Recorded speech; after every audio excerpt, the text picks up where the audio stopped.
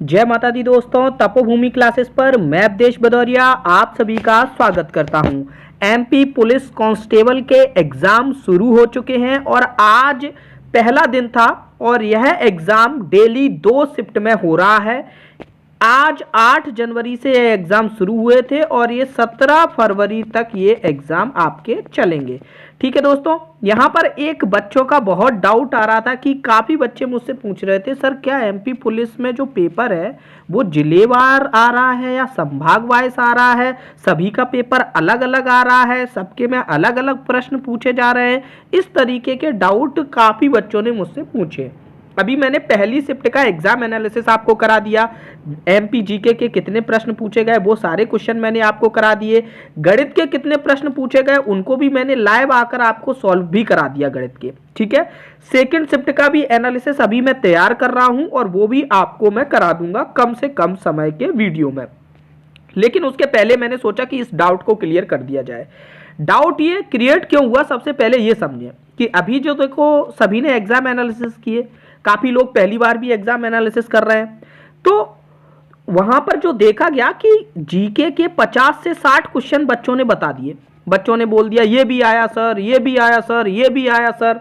तो इस तरीके से 50 से 60 क्वेश्चन आ गए जीके के। अब जीके का इतना पोर्शन तो है नहीं, अगर आप पैटर्न देखोगे, पैटर्न के हिसाब से अगर देखोगे तो जीके के 25 क्वेश्चन आने चाहिए, साइंस के 15 आने चाहिए, मैथ के 35 आने चाहिए और रीजनिंग के 25 आने चाहिए, जैसा कि पिछले साल आए थे हर पेपर में। और किसी भी पेपर में ऊपर नीचे बिल्कुल भी नहीं हुआ था।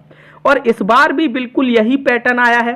साइंस के फिक्स 15 प्रश्न आए हैं और उसी पोर्शन में मैथ के 15 प्रश्न आए हैं। उसके बाद पहले पोर्शन में आपके रीजनिंग के 20 प्रश्न आए हैं और फिर अगले पोर्शन में आपके 5 प्रश्न आए। तो इस तरीके से रहा है। जी के 20 नंबर की भी हो सकती है और मैथ 40 का भी हो सकता है। ठीक है, तो जीके कहीं कहीं बच्चों ने बताया कि जीके थोड़ी सी ज़्यादा है, तो मैंने यहाँ 25 लिख लिया। वैसे जीके 20 नंबर की और मैथ 40 नंबर का पैटर्न में है आपके। ठीक है, तो लगभग ऐसा ही आ रहा है, यहाँ पे थोड़ा फ्लक्चुएशन हो भी रहा है।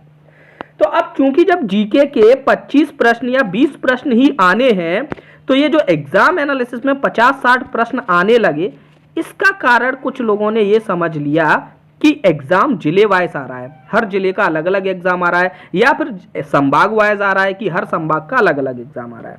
तो इसका मैं यहाँ पर आपको डाउट क्लियर कर दूं कि क्या ये चीज़ टेक्निकली पॉसिबल है। अब मैं यहाँ पर टेक्निकली बात क्यों कर रहा हूँ, मैं इसलिए कर रहा हूँ क्योंकि मुझे नहीं लगता कि ये टेक्निकली पॉसिबल है। ऐसा पॉसिबल ही नहीं है। क्यों?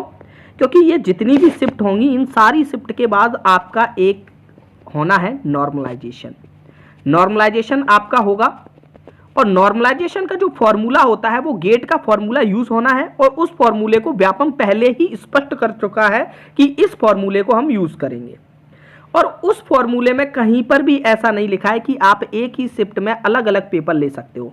आपको एक शिफ्ट, हर शिफ्ट का यहाँ पर कठिनाई का स्तर बताना होता है। नॉर्मलाइजेशन की प्रक्रिया क्या है कि कोई शिफ्ट कठिन है या सरल है यह बताना है, तो उस शिफ्ट का जो एवरेज मार्क है, उसमें कितने बच्चे बैठे हैं, क्या है, ये सारी चीजें लिखनी पड़ेंगी। ठीक है, तो एक ही शिफ्ट में वो अलग अलग अगर पेपर करा लेंगे तो ये इन शिफ्टों के बीच में ही नॉर्मलाइजेशन की जरूरत पड़ जाएगी, तो ये तो पॉसिबल है नहीं। तो यहां पर नॉर्मलाइजेशन की बाद में जो प्रक्रिया होनी है उसकी वजह से यह स्पष्ट है कि अलग अलग पेपर नहीं आ रहे हैं, एक ही पेपर आ रहा है। बस कुछ छात्रों ने एक्स्ट्रा क्वेश्चन बता दिए, कुछ ने अपने मन से क्वेश्चन बता दिए, जिस वजह से ये 50-60 क्वेश्चन दिखने लगे और हमको ये लगने लगा कि अलग अलग पेपर आ रहे हैं। क्योंकि आज मैंने 2 बच्चों से बात की जो बच्चे रियल में पेपर दे के आए थे। एक का सेंटर भोपाल में था और दूसरे का सेंटर जबलपुर में था।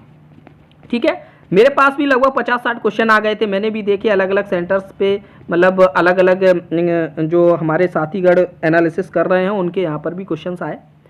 तो 50 से 60 क्वेश्चन हो गए, लेकिन दोनों ही बच्चों ने, भोपाल वाले ने और जबलपुर वाले ने, जो क्वेश्चन बताए, जो 15 क्वेश्चन थे जीके के लगभग, वो सारे दोनों ने सेम बताए। और जो नहीं आए हैं वो दोनों ने ही क्लियरली मना कर दिया कि ये नहीं आए सर, बिल्कुल गारंटेड 100%। तो यहाँ से ये स्पष्ट है कि ये जो क्वेश्चन आ रहा है ना जीके के, जो 50-60 क्वेश्चन हो रहे हैं जिनकी वजह से हमको कन्फ्यूजन हो रहा है, वो क्वेश्चन बिल्कुल फेक क्वेश्चन है। ठीक है, तो आप बिल्कुल ही निश्चिंत रहिए, सभी का पेपर बिल्कुल एक जैसा आ रहा है। अगर एक जैसा नहीं आएगा तो बाद में ये नॉर्मलाइजेशन नहीं कर पाएंगे, ये बात भी क्लियर है, बाद में ये नॉर्मलाइजेशन नहीं कर पाएंगे। ठीक है, तो ये जो टेक्निकल टर्म है यहाँ पर, इस वजह से एक ही शिफ्ट में अलग अलग पेपर नहीं आ सकते।